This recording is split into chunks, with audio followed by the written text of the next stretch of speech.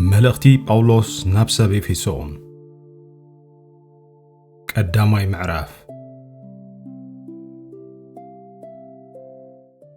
باولوس بفقد أملاخ حواري يسوس كريستوس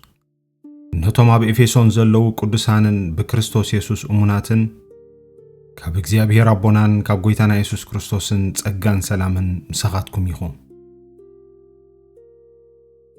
እቲ ብመንፈሳዊ በረኸት ዘበለ ብክርስቶስ ጌሩ ኣብ ሰማያት ዝባረኸና ኣምላኽና በጎይታና ኢየሱስ ክርስቶስን ብሩኽ ይኹን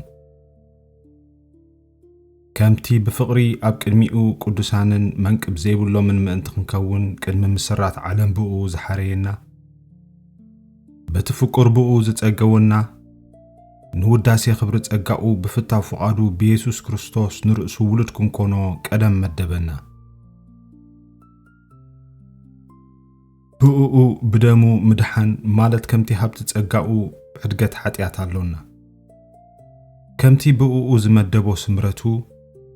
ነቲ ምስጢር ፍቓዱ እናፍለጠና ነቲ ናይ ምልኣት ዘመናት መጋቢነቱ ኣብ ሰማይ ዘሎን ኣብ ምድሪ ዘሎን ኣብ ክርስቶስ ምእንቲ ክትቕለልሲ بخلو ጥበብን بخلو ኣእምሮን ነዚ ጸጋኡ ኣባና ወሓዞ ንሕና ቀደም ብክርስቶስ ተስፋ ዝገበርና ንውዳሴ ክብሩ ምእንቲ ክንከውን ንሕና በቲ ኩሉ ከምቲ ምኽሪ ፍቓዱ ብሓሳቡ ዝገብር ቀደም እተመደብና ነቲ ዕድል ርስቲ ብኡ ረኸብናዮ ንስኻትኩም እውን ብኡ ቃል ሓቂ ናይ ምድሓንኩም ወንጌል ምስ ሰማዕኩም ብኡውን ምስ ኣመንኩም ብናይ ተስፋ መንፈስ ቅዱስ ተሓተምኩም ንሱ ንምድሓን ጥሪቱ ንውዳሴ ክብሩ ዕርቡን ርስትና እዩ ስለዚ ኸ ኣነ እታ ብጎይታና ኢየሱስ ኣባኻትኩም ዘላ እምነትን ንኹሎም ቅዱሳን ዘለኩም ፍቕርን ምስ ሰማዕኩ ብጸሎተይ እናዘከርኩኹም ከየብኮርኩ ስለኹም ኣመስግን ኣለኹ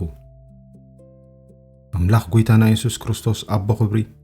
بفلتأتو منفس ጥበብን መንፈስ ምግላጽን ምእንቲ ክበኩም እሞ ኣዒንቲ ልብኹም በሪሁ ተስፋ ጽዋዓኡ እንታይ ምዃኑ ሃብቲ ርስቲ ክብሩ ኣብ ቅዱሳን እውን እንታይ ምዃኑ ክትፈልጡ እጽሊ ኣለኹ ኣምላኽ ንክርስቶስ ካብ ምውታት ኣተንሲኡ ኣብ የማኑ ኣብ ሰማያት ምስ ኣቐመጦ ኣብታ እትመጽእ እውን እምበር ኣብዚ ዓለም እዚኣ ጥራይ ዘይኮነ ኣብ ልዕሊ ኩሉ ሽመትን ስልጣንን ሓይልን ጎይትነት ዝስመ ዘበለ ስምን ምሳርኣሶ ነቲ ሕልፊ ዘለዎ ዓብዪ ሓይሉ ኣባና እናኣምን ዘሎና ከም ስልጣን ሓይሉ ኣብ ክርስቶስ ዝገበሮ ግብሪ ንስኻትኩም እንታይ ምዃኑ ክትፈልጥዎ እጽልየልኩም ኣለኹ ንብዘሎ ኸዓ ኣብ ትሕቲ ኣጋሩ ኣግዝኦ ኣብ ልዕሊ ኩሉስ ርእሲ ምእንቲ ክኸውን ድማ ነታ ማሕበር ወፈዮ ንሳ ኸዓ ስጋኡ ናይቲ ኩሉ ኣብ ኩሎም ዝመልእ ምልኣቱ እያ